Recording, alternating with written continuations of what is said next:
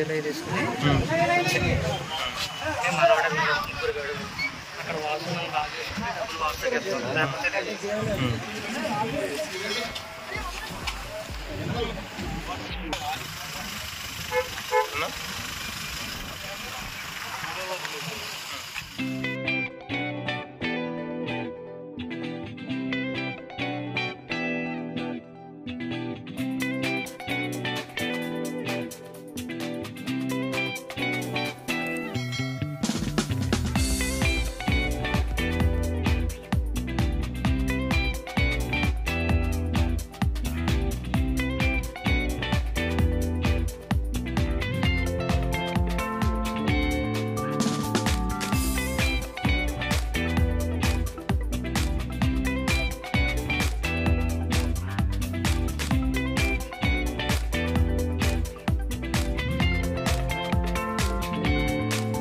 Houses నందు శ్రీ శ్రీ శ్రీ ఆదిలక్ష్మి రాజలక్ష్మి పోలేరమ్మ తృతీయ జాతర మహోత్సవంను ఇక్కడ ఉన్న ప్రజలందరూ కూడా అంగరంగ వైభవంగా ప్రతి ఆషాఢ మాసంలో నిర్వహించుకోవడం జరుగుతుంది. ఈ కార్యక్రమానికి భీమవరం శాసనసభ్యులైన శ్రీ పులపర్తి రామాంజనేయులు గారు వచ్చి అమ్మవారిని దర్శించుకోవటం ఇక్కడ ఉన్న ప్రజలకి చాలా ఆనందాన్ని ఇచ్చింది.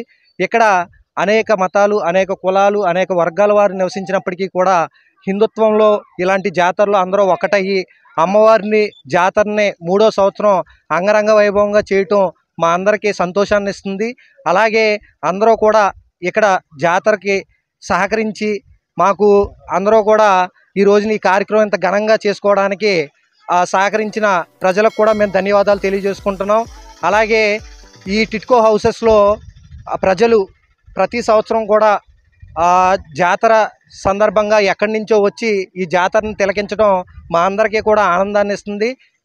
అలాగే భక్తులందరూ కూడా ఇక్కడ టిట్కో హౌసెస్లో ఒక ఆలయాన్ని నిర్మించినట్లయితే ఆ భక్తులందరూ కూడా దేవతలను దర్శించుకోవడానికి ఒక అవకాశం ఉంటుంది. కాబట్టి మాకు ప్రభుత్వం ఆ యొక్క దేవాలయాన్ని నిర్మించి ఇచ్చినట్లయితే మేము ఇంకా చాలా ఆనందంగా ఫీల్ అవుతామని ధన్యవాదాలు తెలియజేసుకుంటున్నాం.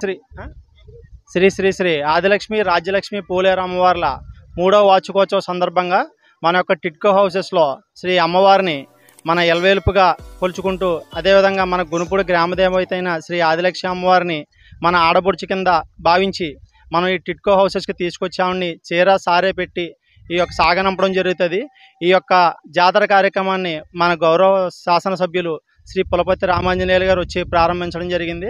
అదేవిధంగా ఈ యొక్క టిట్కో హౌసెస్లో ప్రజలందరూ కూడా కులమతాలకు అతీతంగా మన యొక్క జాతరని ఎంతో అంగరంగ వైభవంగా ఆదరించడం జరుగుతుంది.